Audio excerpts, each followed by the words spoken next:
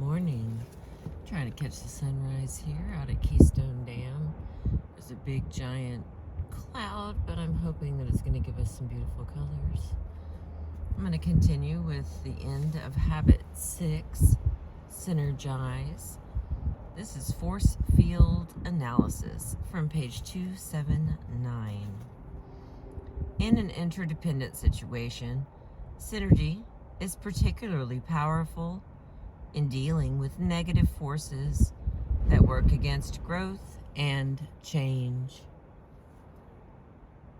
Sociologist Kurt Lewin developed a force field analysis model in which he described any current level of performance or being as a state of equilibrium between the driving forces that encourage upward movement and the restraining forces that discourage it. Driving forces generally are positive, reasonable, logical, conscious, and economic.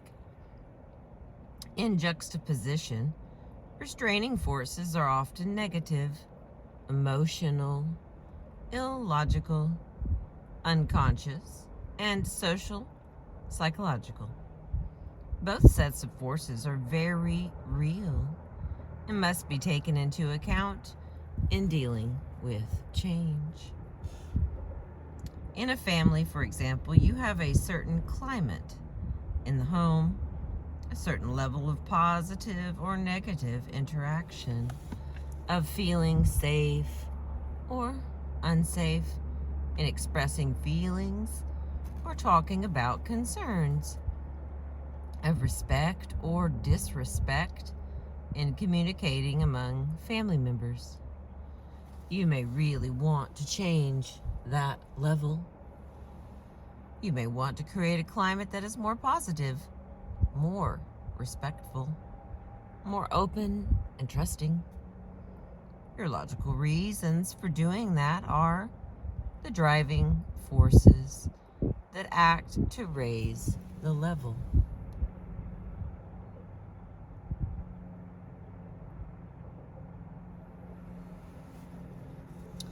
But increasing those driving forces is not enough.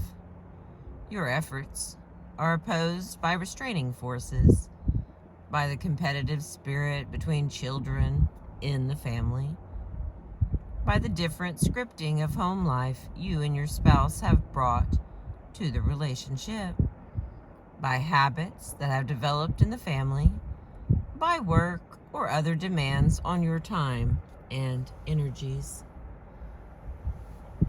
Increasing the driving forces may bring results for a while, but as long as the restraining forces are there, it becomes increasingly harder.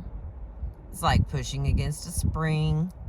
The harder you push, the harder it is to push, until the force of the spring suddenly thrusts the level back down. The resulting up and down yo-yo effect causes you to feel, after several attempts, that people are just the way they are, and that it's too difficult to change. But when you introduce synergy, you use the motive of habit 4, the skill of habit 5, and the interaction of habit 6 to work directly on the restraining forces.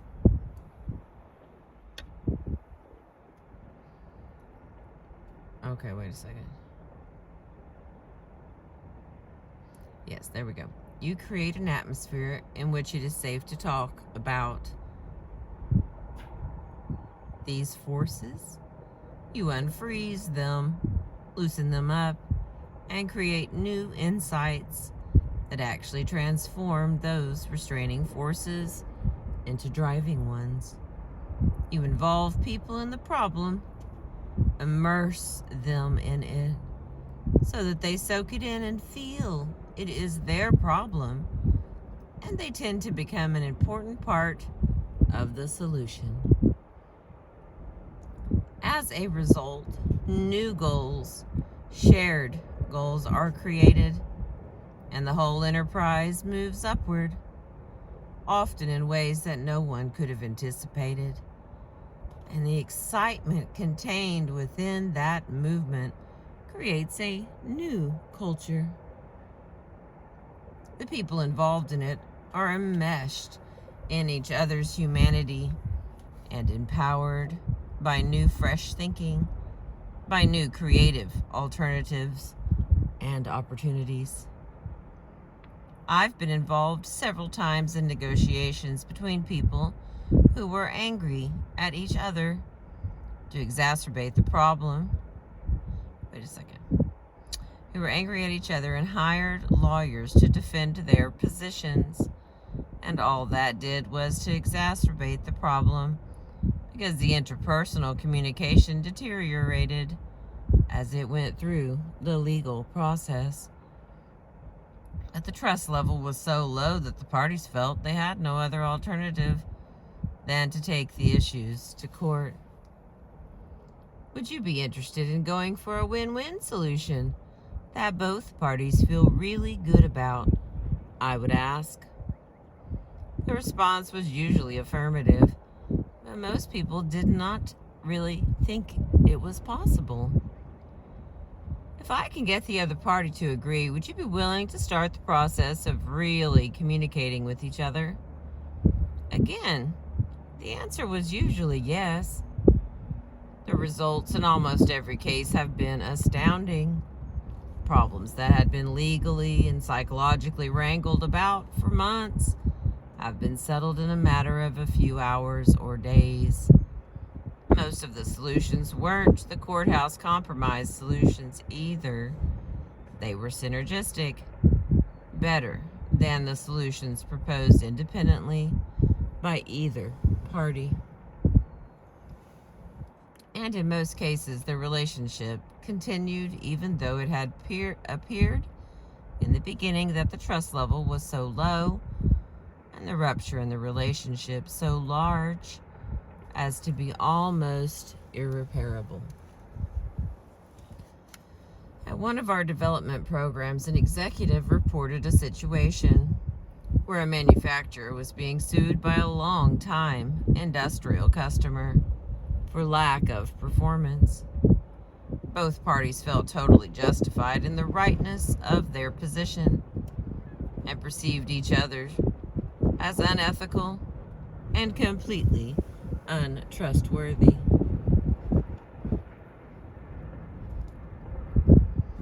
As they began to practice Habit 5, two things became clear.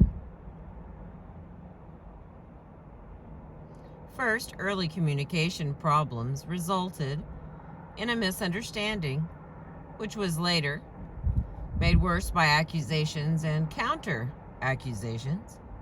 Second, both were initially acting in good faith and didn't like the cost and hassle of a legal fight, but they saw no other way out. Once these two things became clear, the spirit of Habits 4 and 5 and 6 took over. The problem was rapidly resolved, and the relationship continues to prosper. In another circumstance, I received an early morning phone call from a land developer desperately searching for help. The bank wanted to foreclose because he was not complying with the principal and interest payment schedule, and he was suing the bank to avoid the foreclosure. He needed additional funding to finish and market the land so that he could repay the bank, but the bank refused to provide additional funds until scheduled payments were met. It was a chicken and egg problem with undercapitalization. In the meantime, the project was languishing. The streets were beginning to look like weed fields, and the owners of the few homes that had been built were up in arms as they saw their property values drop. The city was also upset over the prime land project falling behind schedule and becoming an eyesore. Tens of thousands of dollars in legal costs had already been spent by the bank and the developer, and the case wasn't scheduled to come to court for several months. In desperation, this developer reluctantly agreed to try the principles of Habit 4, 5, and 6. He arranged a meeting with even more reluctant bank officials. The meeting started at 8 a.m. in one of the bank conference rooms. The tension and mistrust were palpable. The attorney for the bank had committed the bank officials to say nothing. They were only to listen, and he alone would speak. He wanted nothing to happen that would compromise the bank's position in court. For the first hour and a half, I taught Habits 4, 5, and 6. At 9:30, I went to the blackboard and wrote down the bank's concerns based on our prior understanding. Initially, the bank officials said nothing, but the more we communicated win-win intentions and sought first to understand, the more they opened up to explain and clarify. As they began to feel understood, the whole atmosphere changed, and a sense of momentum, of excitement over the prospect of peacefully settling the problem was clearly evident. Over the attorney's objections, the bank officials opened up even more, even about personal concerns. When we walk out of here, the first thing the bank president will say is, "Did we get our money? What are we going to say?" By 11 o'clock, the bank officers were still convinced of their rightness, but they did feel understood and were no longer defensive and officious. At that point, they were sufficiently open to listen to the developer's concerns, which he wrote down on the other side of the blackboard. This resulted in a deeper mutual understanding, a collective awareness of how poor early communication had resulted in misunderstanding and unrealistic expectations, and how continuous communication in a win-win spirit could have prevented the subsequent major problems from developing. The shared sense of both chronic and acute pain, combined with the sense of genuine progress, kept everyone communicating. By noon, when the meeting was scheduled to end, the people were positive, creative, and synergistic, and wanted to keep talking. The very first recommendation made by the developer was seen as a beginning win-win, approached by all.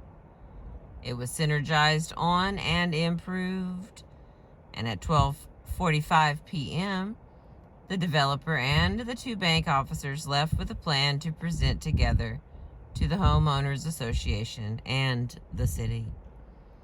Despite subsequent complicating developments, the legal fight was aborted, and the building project continued to a successful conclusion. I am not suggesting that people should not use legal processes. Some situations absolutely require it, but I see it as a court of last, not first resort. If it is used too early, even in a preventative sense, sometimes fear and the legal paradigm create subsequent thought and action processes that are not synergistic. In the final section for this Habit 6, all nature is synergistic. Ecology is a word which basically describes the synergism in nature. Everything is related to everything else. It's in relationship that creative powers are maximized, just as the real power in these 7 habits is in their relationship to each other, not just in the individual habits themselves. The relationship of the parts is also the power in creating a synergistic culture inside a family or an organization. The more genuine the involvement, the more sincere and sustained the participation in analyzing and solving problems, the greater the release of everyone's creativity and of their commitment to what they create.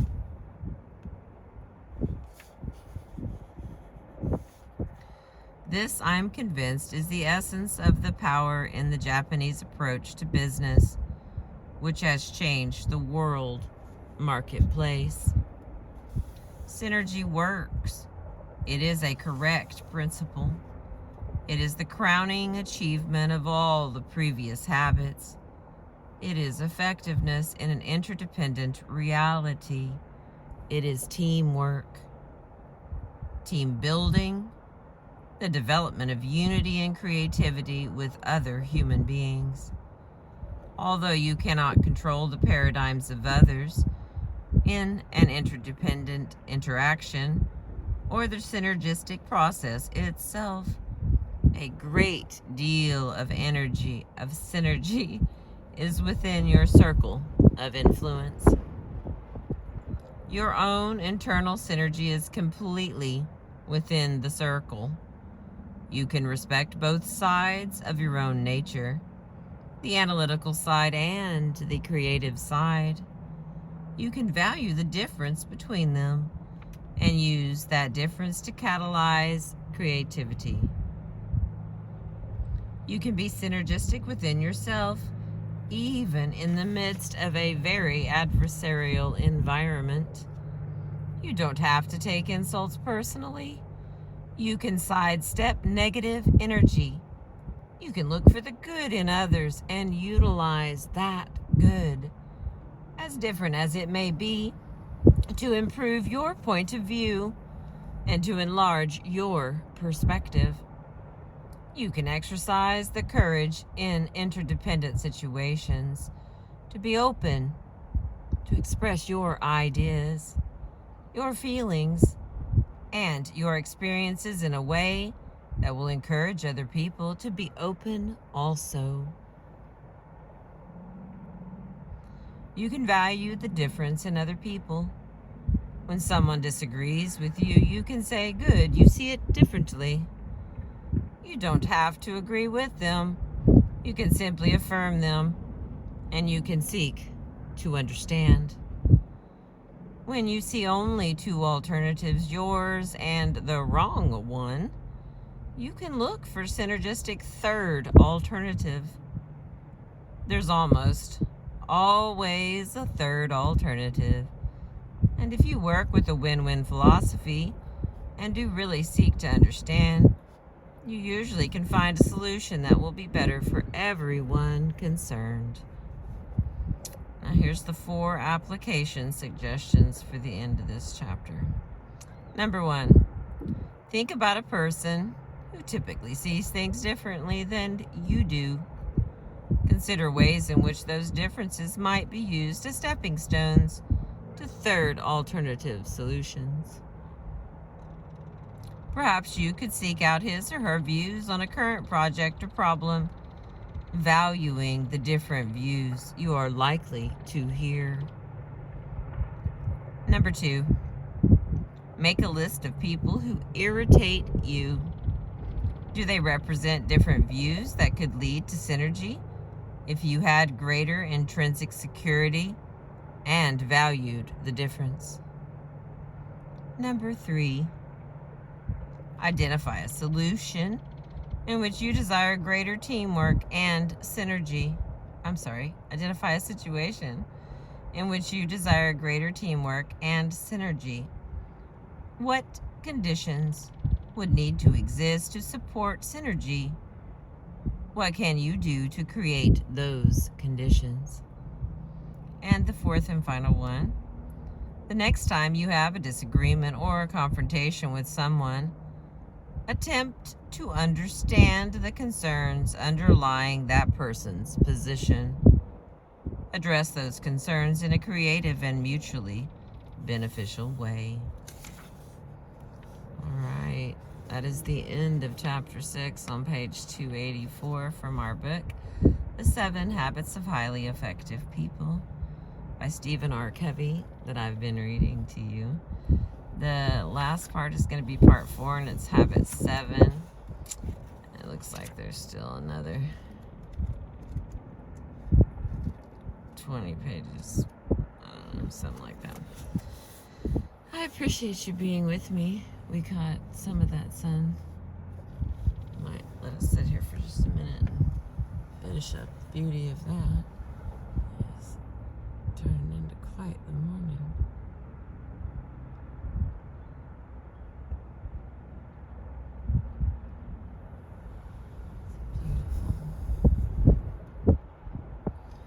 Wind's blowing. The birds are all moving around. And the sky is gorgeous. Thank you for being with me. I appreciate you.